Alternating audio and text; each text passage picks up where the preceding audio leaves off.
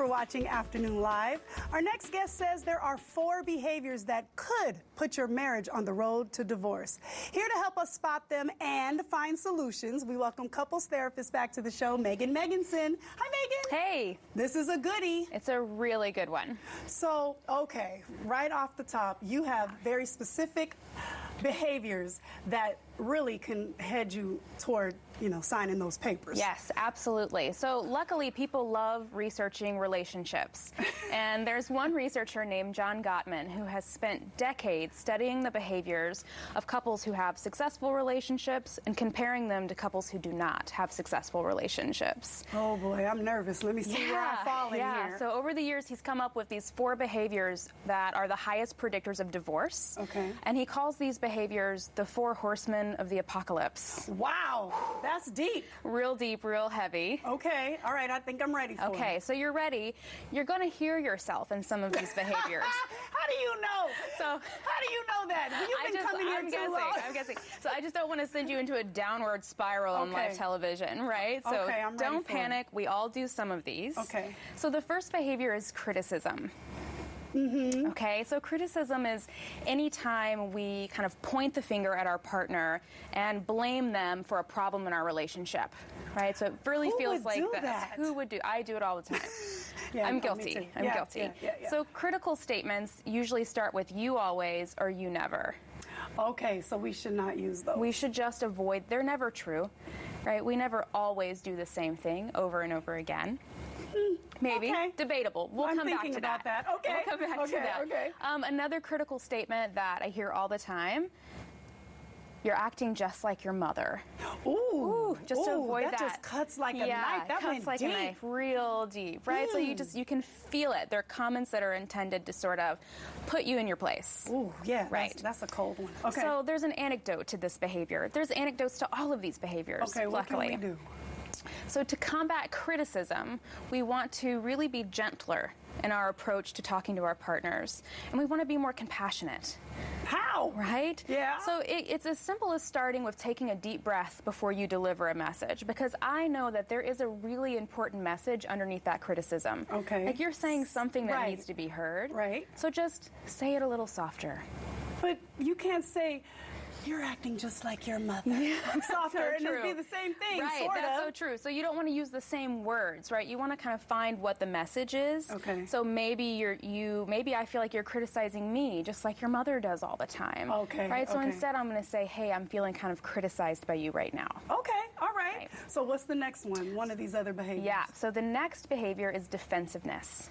Mm-hmm. I see that. Right, it's the sibling of criticism. Right. So if someone's pointing the finger at you, you are going to deflect, right? You're going to push it away. And that's how I really envision defensiveness. Mm-hmm. It's the active sort of deflecting or pushing away our responsibility in the problem. So then what do we do about it?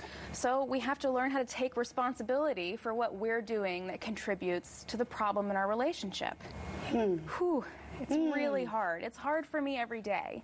It is difficult, especially when you feel like, number one, it's somebody else's problem. Right. Okay. And if you're really caught in a spiral with your partner where you just feel like one of you is more critical and one of you is more defensive and you can't find a way out of it, that's a really good sign that it's time for couples therapy. Okay. Right? You need a third person in the room who can help point out what's happening and help you find different ways to communicate with each other. Okay, what's the third one? So the third behavior is stonewalling. Okay, and stonewalling is what happens when we see our partner go from active to totally flat affect. Right, is that the silent treatment? Okay. Oh, look at that. Yes, that. I've seen that. Right. Okay. So you've seen that one. You know how that feels. Right. How it feels really painful when your partner goes silent. So what do you do about it? Well, first of all, it's important to understand that when people shut down like that, they're not being difficult. Often they're shutting down because their bodies are experiencing an extreme state of arousal. So their heart is racing so fast, their breath might be sporadic. They are what I like to call the duck on the pond. right? So if you're sitting on a park bench, you kind of just see a duck swimming around. They look really peaceful. But underneath the water, their little fins are going crazy. Oh, so Right. under the surface, a lot's going on. So under the surface, they're really panicking. So Okay. what we need to do to combat a stonewalling behavior is to learn how to self-soothe, to take deep breaths, to stay present, to stay engaged in the conversation. Okay. And that takes a lot of sort of self-work. Clearly. Yeah, that's a okay, tough and the one. last one?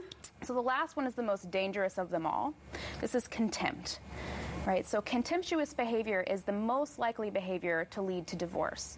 And contemptuous behavior is any time we are speaking or using nonverbal communication in a way that is intended to put our partner down. Okay. Right. So just basically being mean. Being mean. Yeah. Yeah, definitely. And it might look like hostile humor, mockery. It could get as far as name calling and aggression. So how do we combat that? So if there is contempt in your relationship, if you really identify with any of those behaviors, I'm going to recommend strongly that you seek out the services of a couples counselor. Okay. That's a really hard one to overcome on your own. Okay. And it's really dangerous. And nobody deserves to be in a relationship where they're being put down. And that sounds abusive. It can definitely be abusive, yeah. Yeah. So we want to get some help, learn how to communicate in a better way, and that's possible for all of us. All right. Megan, it's always great to have you. Thank you. Yeah, These are thanks for having me. great things that we need to point out. Definitely. And how we can combat them. All right, we're going to have more on these tips and information, of course, for you on our website at